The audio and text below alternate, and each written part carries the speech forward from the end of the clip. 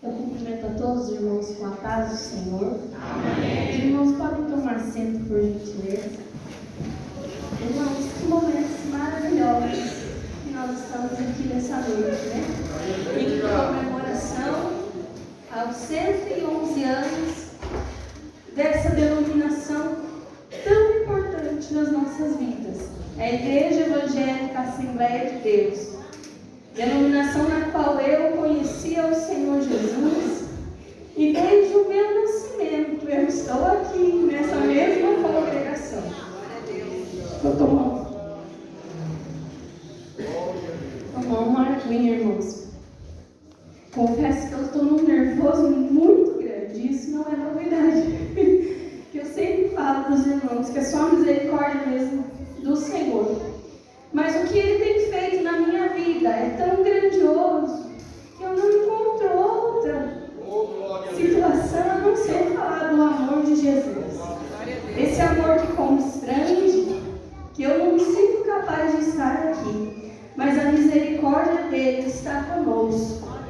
E eu sempre gosto de falar que o primeiro lugar que eu, depois do meu nascimento, que vindo para casa, antes de chegar na minha casa, minha mãe disse que a gente parou aqui na congregação do Clarito para que a gente pudesse chegar até a nossa casa. Então, esse lugar tem um lugar especial no meu coração.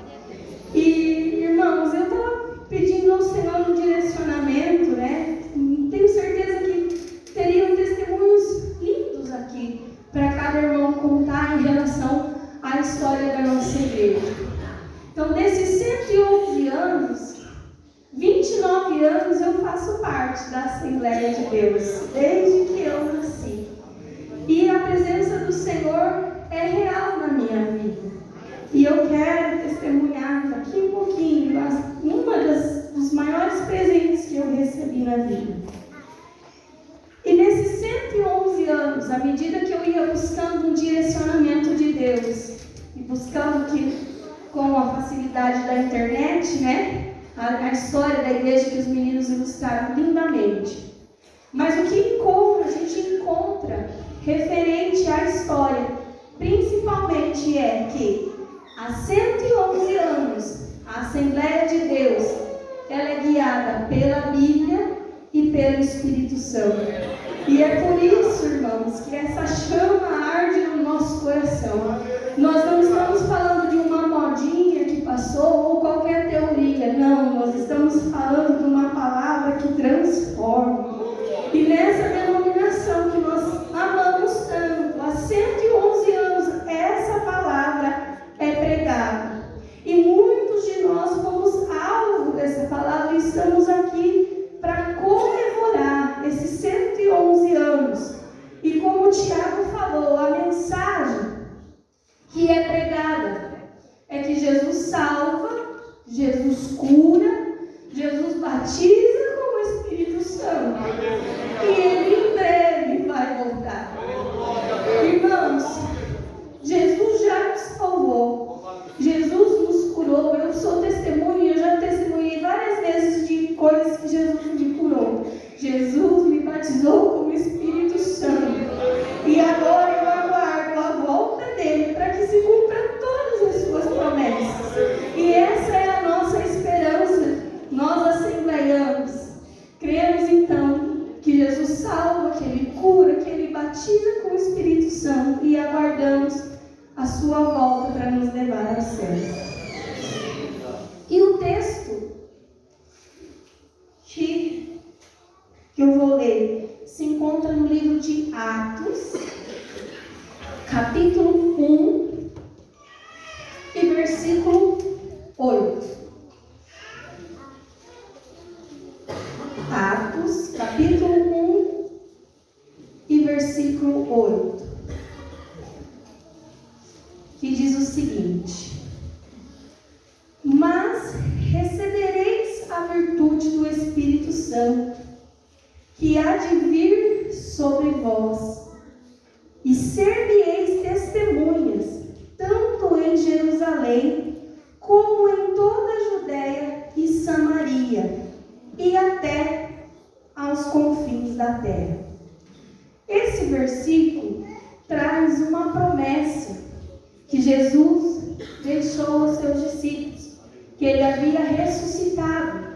E antes de subir aos céus, ele garantiu que não deixaria os seus discípulos desamparados, mas que ele enviaria o Espírito Santo. E os seus discípulos seriam então revestidos de poder vindo diretamente do Espírito Santo. E para que eles pudessem testemunhar então do que Jesus havia feito aqui no seu ministério na terra. Mas para que esses discípulos não ficassem desamparados quando Jesus subisse ao céu, era necessário então que eles recebessem o Espírito Santo. E essa virtude que o texto nos fala seria então o poder do Espírito Santo, necessário para que os discípulos pudessem pregar e alcançar almas, alcançar os perdidos, tornar o nome de Cristo conhecido. E mais para frente, no livro de Atos, irmãos, o livro de Atos é a coisa mais maravilhosa que a gente pode conhecer da palavra de Deus, porque aqui está retratando o início da igreja primitiva. Então, no capítulo 2 de Atos, nós vamos perceber o cumprimento da promessa que Jesus tinha feito, falando para os seus discípulos que eles ficassem em Jerusalém, que eles seriam revestidos do poder do Espírito Santo, para que eles pudessem testemunhar do amor de Jesus para a salvação dos perdidos. E como tudo que Jesus cumpre, ele promete.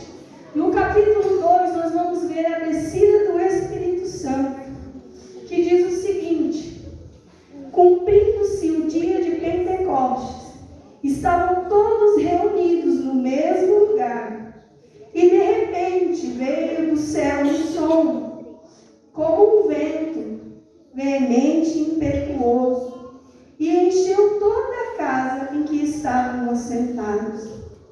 E foram vistas por eles línguas repartidas como de fogo, as quais pousaram sobre cada um deles. E todos foram cheios do Espírito Santo e começaram a falar em outras línguas, conforme o Espírito Santo lhes concedia que falassem. Esse foi o marco da igreja primitiva. A promessa que Jesus fez sobre o revestimento de poder estava se cumprindo. A festa de Pentecostes era uma das festas principais do povo judeu. Era comemorada 50 dias após a Páscoa. Então havia muitas pessoas reunidas. E a manifestação do Espírito Santo veio nessa festa. E conforme eu estava buscando ao Senhor uma palavra, por que é que eu estou trazendo esse texto? Porque a história da Assembleia de Deus, que nós vamos analisar um pouquinho mais na frente, é justamente por essa promessa aqui que essa denominação vai se diferenciar, e conforme os meninos já apresentaram. Então, é essa promessa sobre ser cheio do Espírito Santo e falar em outras línguas é que vai nos identificar como um povo pentecostal. Hoje, nós somos considerados a maior denominação pentecostal. São milhões de irmãos que são crentes em Jesus nessa denominação.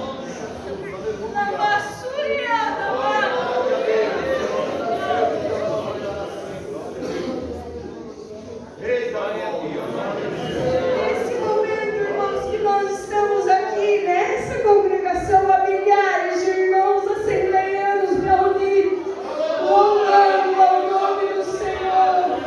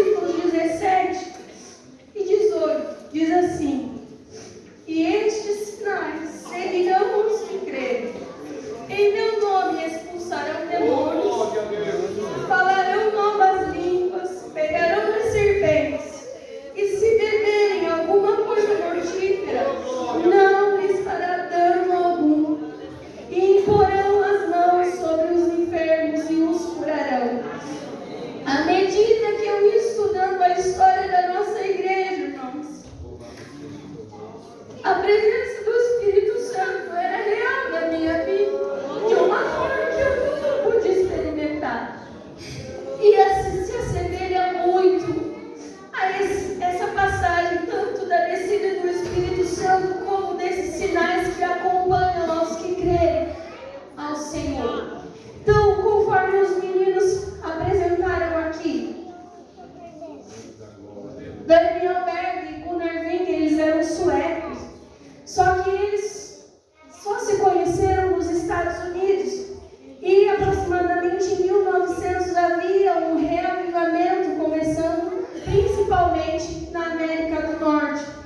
E conforme eles falaram, esses dois jovens estavam com a chama ardente em seus corações em colocar a sua vida à disposição do Senhor. E eles buscaram o batismo com o Espírito Santo e eles receberam. E, além de receberem o batismo com o Espírito Santo, era ardente no coração deles essa chamada por missões. Então, eu vou tentar resumir, irmãos, porque é uma história muito longa e riquíssima em detalhes. Então, uma dica que eu vou dar é que, se os irmãos puderem, procurem a história da nossa igreja. Os irmãos vão ver como é maravilhosa. E desde a chamada deles, de Daniel Berg e Gunnar Wing, a gente vê a ação do Espírito Santo. Tanto que a primeira vez que o Gunnar Wing ele identifica o local para onde ele seria destinado, é através de quando Deus se revela a um dos pastores que era conhecido dele, e revela um nome, Pará. Mas até então ninguém sabia o que se tratava Pará. E nos relatos de Gunnar Wing, que foram traduzidos pelo seu filho, ele vai escrever o seguinte: o próprio Gunnar Wing vai dizer que ninguém sabia dessa localidade. E a primeira vez que eles ouviram o idioma em português foi o próprio Espírito Santo se revelando a esse pastor. Irmãos, o livro que eu li é Diário de um Pioneiro, tem transcritos os relatos do próprio Gunnar Wing. Então ele vai relatar uma riqueza de detalhes como é que eles chegaram aqui. Então, eles não tinham dinheiro, não tinham condições financeiras para se deslocar até aqui. E eles falam que um culto que eles estavam em Chicago, eles receberam uma oferta de $90 dos irmãos que os despediram. Mas Deus tocou no coração de Gunnar Wing e Daniel Berg para que eles entregassem essa única oferta de $90 para um irmão que tinha um jornal. Vocês imaginam só a confiança que era preciso ter em Deus para entregar a única oferta que eles tinham de $90, que era o que eles usariam para pagar a passagem até o Brasil. E Gunnar Wing escreve que eles entregam porque eles sabiam a quem eles serviam e quem estava os enviando. E a providência de Deus na vida deles é tremenda. E quando eles chegam em Nova York, porque Deus havia direcionado até mesmo um dia da partida deles, que seria dia 5 de novembro de 1910. Então eles estavam em Nova York para partir dali. E um irmão procura eles, dizendo que estava com um envelope, justamente para direcionar uma carta com uma oferta.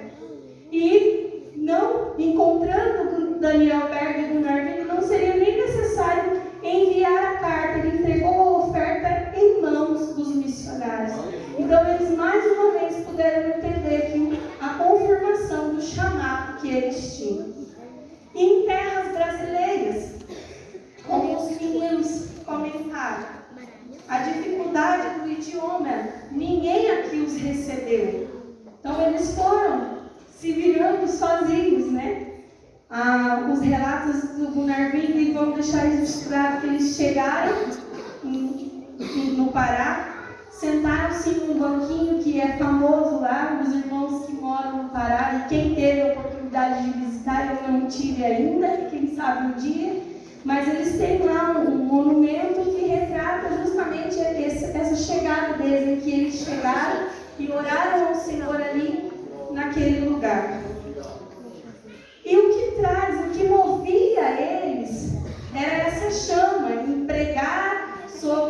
batismo com o Espírito Santo. Já havia algumas denominações evangélicas aqui no Brasil, mas esse segredo ainda não havia sido revelado. Então, quando eles chegam aqui, eles começam a enfrentar algumas dificuldades. Entre elas, o idioma, e eles também não tinham onde ficar. Irmãos, a história são muitos detalhes, mas eu vou tentar resumir. Então, até que de tanto conversar com algumas pessoas que falavam inglês, eles chegam até um pastor batista que também falava inglês e possibilita então a eles que eles ficassem no porão da casa desse pastor. As condições de um porão que são relatadas nessa história é que eles não tinham sequer janela, era um calor insuportável. Imagina só, irmãos, um porão sem janela, sem ventilação alguma, e que muito mosquito, e ele descreve até lagartixas que subiam pelas paredes. Então essas foram as dificuldades iniciais que eles enfrentaram. Mas Deus sempre dando graças a eles. À medida que eles foram aprendendo o idioma, também como os meninos falaram, enquanto Daniel Berg trabalhava na fundição, possibilitando que Gunarvin aprendesse o português, e durante as noites ensinavam Daniel Berg. E nós vamos ver a ação de Deus na vida deles.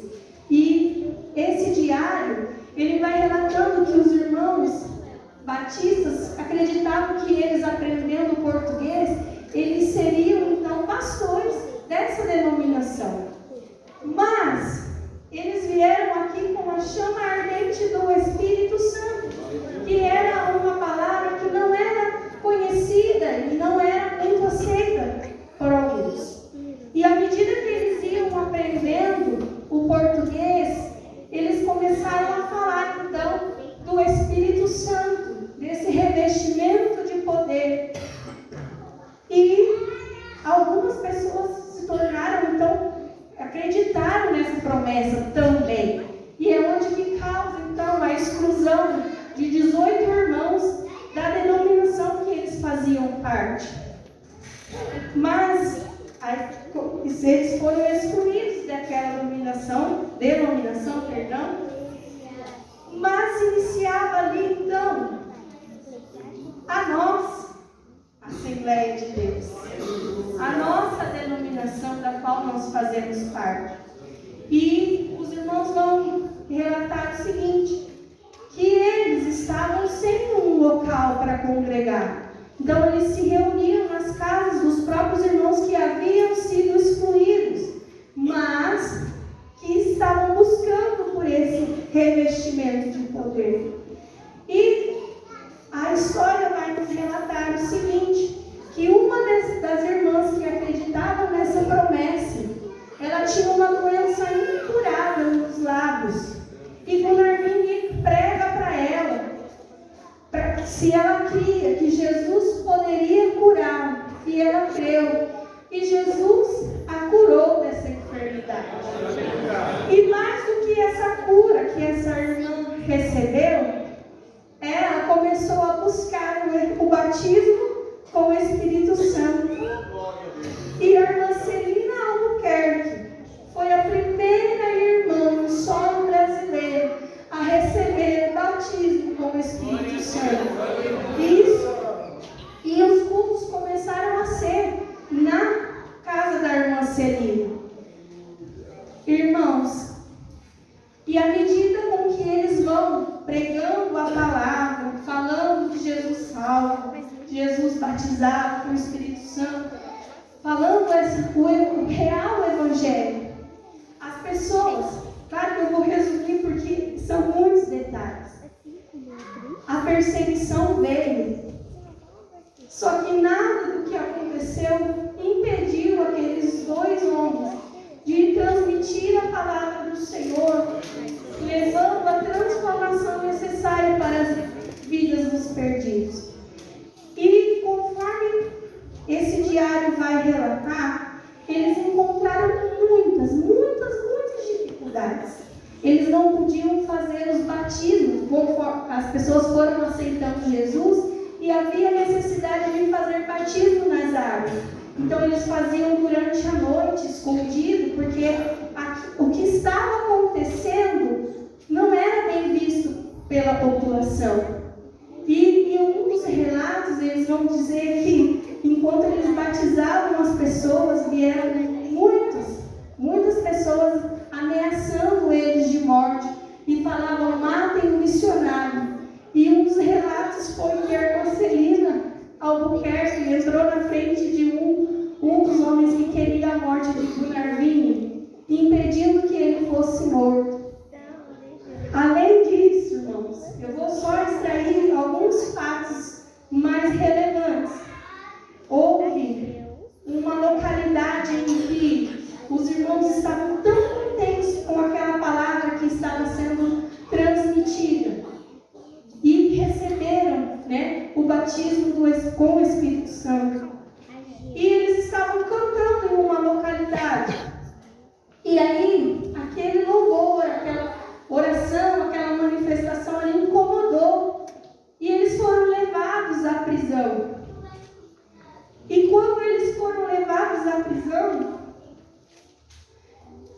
o comissário responsável falou o seguinte para eles: vamos ver se Jesus traz o pão para vocês.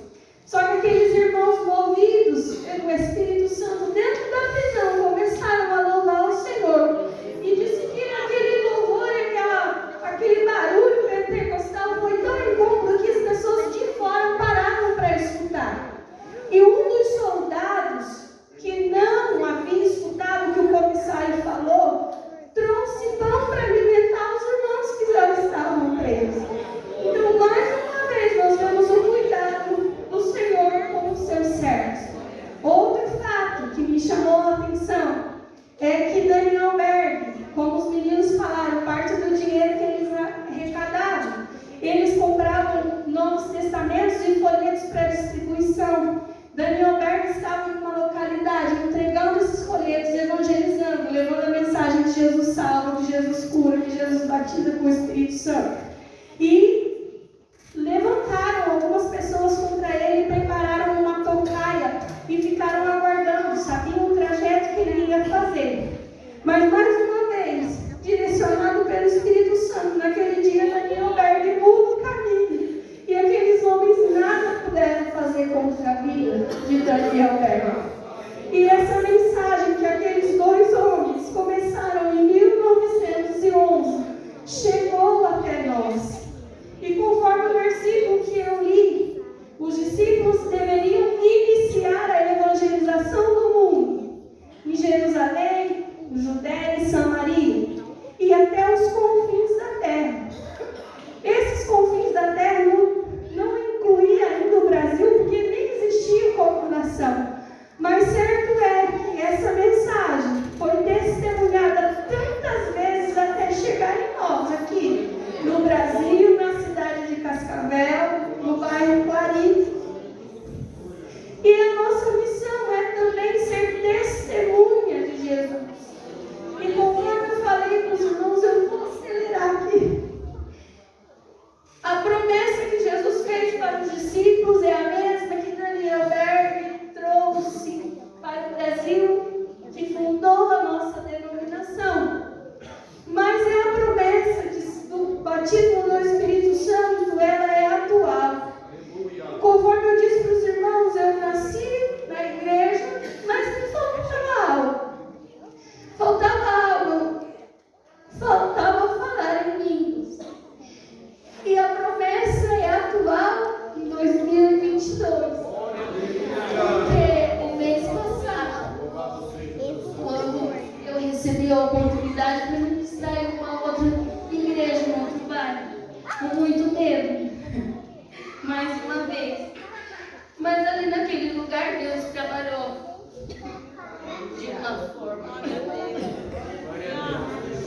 de uma forma especial na minha vida.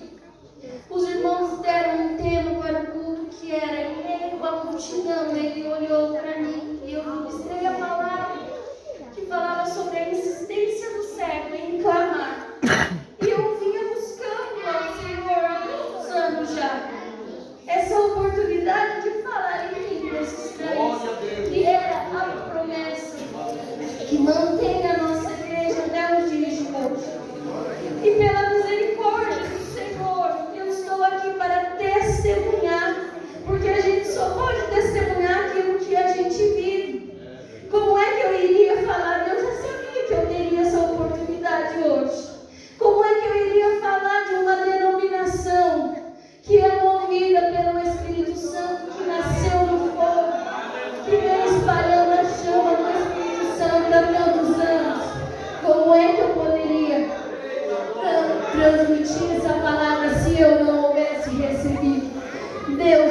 seus meios